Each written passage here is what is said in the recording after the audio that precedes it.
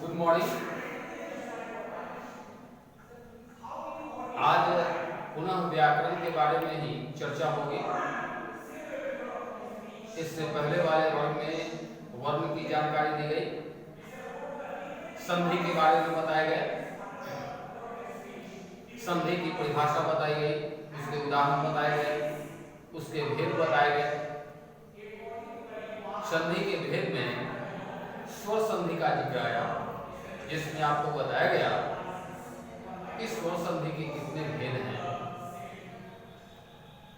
आज उससे आगे वर्ग में आपको बताया जाएगा दीर्घ संधि और गुण संधि के बाद जो वर्ण आता है, जो स्वर संधि के भेद आते हैं, वह यंग संधि। तो आगे यंग संधि के बारे में जानेंगे। तो संधि में आज पढ़ाई जाएगी यंग संधि। इसका सूत्र है पाणिनीय सूत्र इको यंची। कहता है कि ई और ई के बाद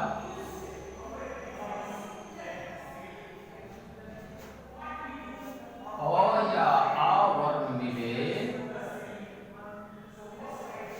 तो दोनों मिलकर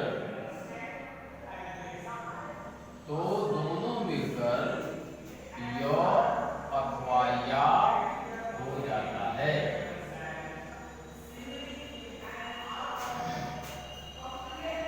दूसरा, ऊ के बाद अ या आ वर्ण मिले तो दोनों मिलकर व अथवा वा हो जाता है।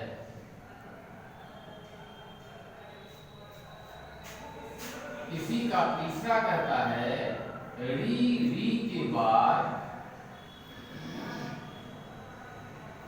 अ या आ वर्ण मिले तो दोनों मिलकर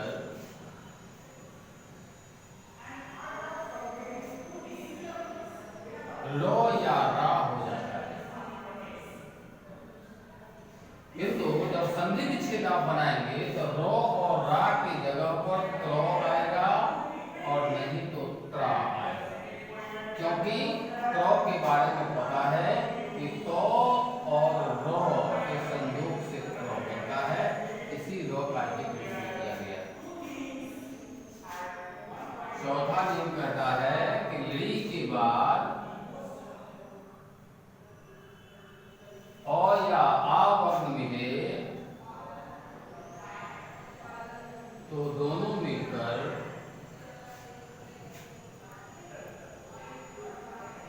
ल या ला हो जाता है। इसे निम्नलिखित रूप में जाना जा सकता है। इसे निम्नलिखित रूप में भी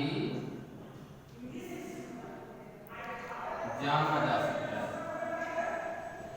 पहला कहता है कि ई और ई के बाद यदि अ या आ वर्ण मिलेगा तो दोनों मिलकर य अथवा या हो जाएगा।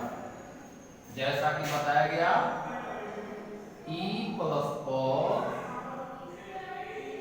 ई प्लस आ, दीर्घ ई प्लस अ, दीर्घ ई प्लस आ, ये सब मिलकर य अथवा या हो जाता है। जो चिन्ह किए गए हैं इससे या बनता है और जो चिन्ह नहीं किए गए हैं उससे य बनता है। दूसरा कहता है कि ऊ और ऊ के बाद यदि अ या आ वर्ण मिलेगा तो दोनों मिलकर व या वा हो जाएगा। इसे ऐसे समझें, ऊ प्लस अ, ऊ प्लस आ, दीर्घ ऊ प्लस अ, दीर्घ ऊ प्लस आ, दोनों मिलकर व अथवा वा हो जाता है। जो चिन्ह किए गए हैं उससे वा बनता है और जो चिन्ह नहीं किए गए हैं उससे वो बनता है। तीसरा नियम कहता है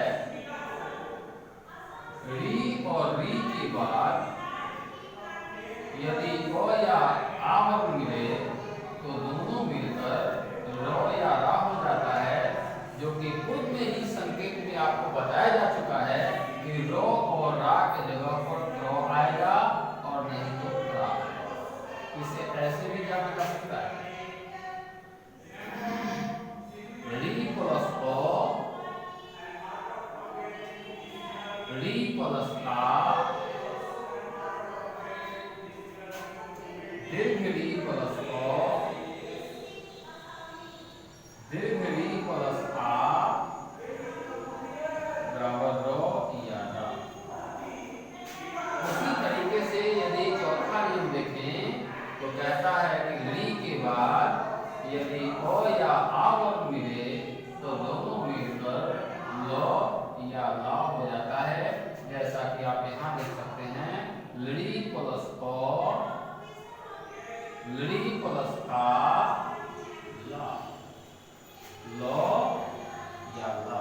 जो चिन्ह किए गए हैं इससे ला बनेगा, जो चिन्ह नहीं किए गए हैं उससे ला बनेगा। ऊपर वाले में देखिए जिसमें चिन्ह है उससे ला बनेगा, जिसमें चिन्ह नहीं है उससे लो बनेगा। आप इसके उदाहरण को समझ सकते हैं। उदाहरण स्वरूप पहला नियम, पहले नियम का उदाहरण इत्यादि इति प्लस आदि ई प्लस आ इक्वल टू या। आप यहाँ ध्यान से समझिए कि इस नियम का प्रयोग वही होगा जब य से पहले वाला वर्ण हमेशा आधा होगा। जैसे उदाहरण स्वरूप इत्यादि इति प्लस आदि इत्यादि होता है। हम पहले बताए कि इस नियम का तभी प्रयोग आप कर सकते हैं जब य से पहले वाला कोई भी वर्ण आधा हो।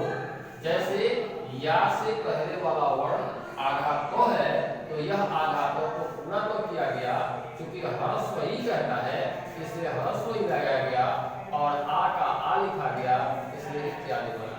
इसी रूप में यदि आप देखें तो दूसरा लिख सकते हैं अध्यादेश अधि प्लस आदेश ई प्लस आ इक्वल टू या, है ना।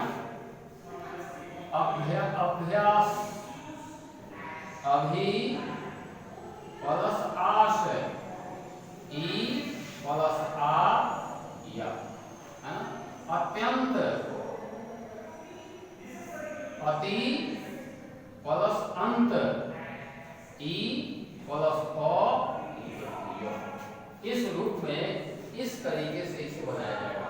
इसका दूसरा उदाहरण देखिए। दूसरे नियम को क्या कहता है कि ऊ के बाद यदि ओ या आ होगा तो दोनों मिलकर हो या वा हो जाएगा, जैसा कि यहाँ दिया है ऊ प्लस आ दीर्घ ऊ प्लस अ दीर्घ ऊ प्लस आ मिलकर हो या वा।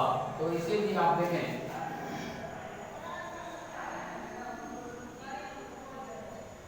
स्वागतम वो से पहले वाला वर्ण आधा है, जैसे य से पहले वाला वर्ण आधा, या से पहले वाला वर्ण आधा, या से पहले वाला, तो वो के लिए भी वो से पहले वाले वर्ण भी आधे होते हैं और य के पहले वाले वर्ण भी आधे ही होते हैं। जैसे इसका संधि विच्छेद सु प्लस आगतम उ प्लस आ इक्वल टू है ना। मध्वादेश मधु प्लस आदेश ह्रस्व प्लस आ व।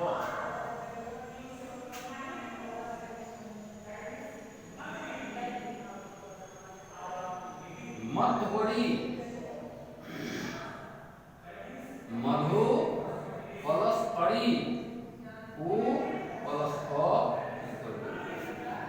इसी तरीके से यदि आप तीसरे को स्पष्ट होता है। तीसरा नियम देखें, तीसरा नियम कहता है कि री के बाद यदि ओ या आवरण मिलेगा तो दोनों मिलकर रो या रा हो जाएगा। जैसे पितृंश, पितृ प्लस अंश, री प्लस अ, रो। इसी का दूसरा देखिए, धातृंश, धात्री प्लस अंश, री प्लस अ, रो। तीसरा देखें, मात्रंश, मातृ प्लस अंश, री प्लस अ, रो। उसी तरीके से यदि चौथा नियम को देखा जाए तो ली के बाद यदि अ या आवरण मिलेगा तो ल या ला हो जाएगा। उसके उदाहरण यहाँ बताते हैं। लकार, ली प्लस अकार, ली प्लस अ, लो, जो यहाँ दिखता है। इसी का यदि दूसरा देखिए आप,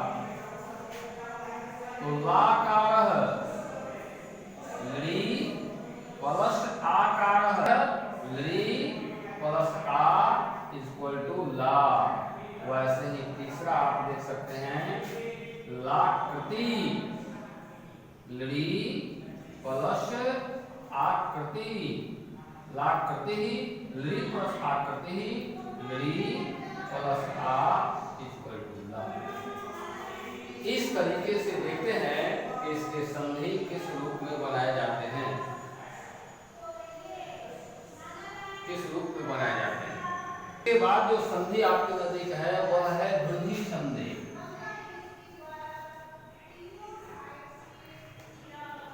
वृद्धि संधि, इसका सूत्र पाणिनि ने दिया है, वृद्धि रेचि। कहते हैं कि ओ या आ के बाद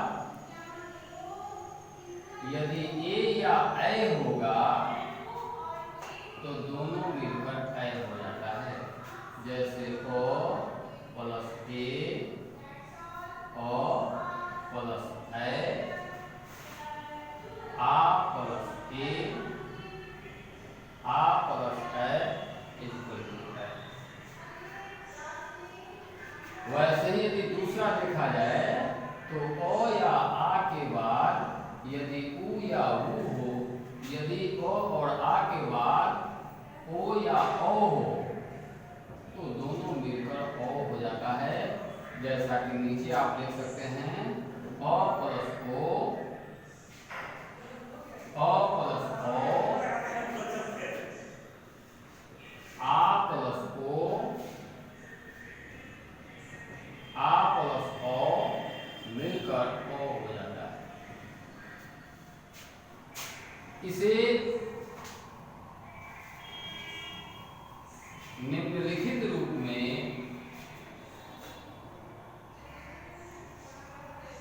समझ सकते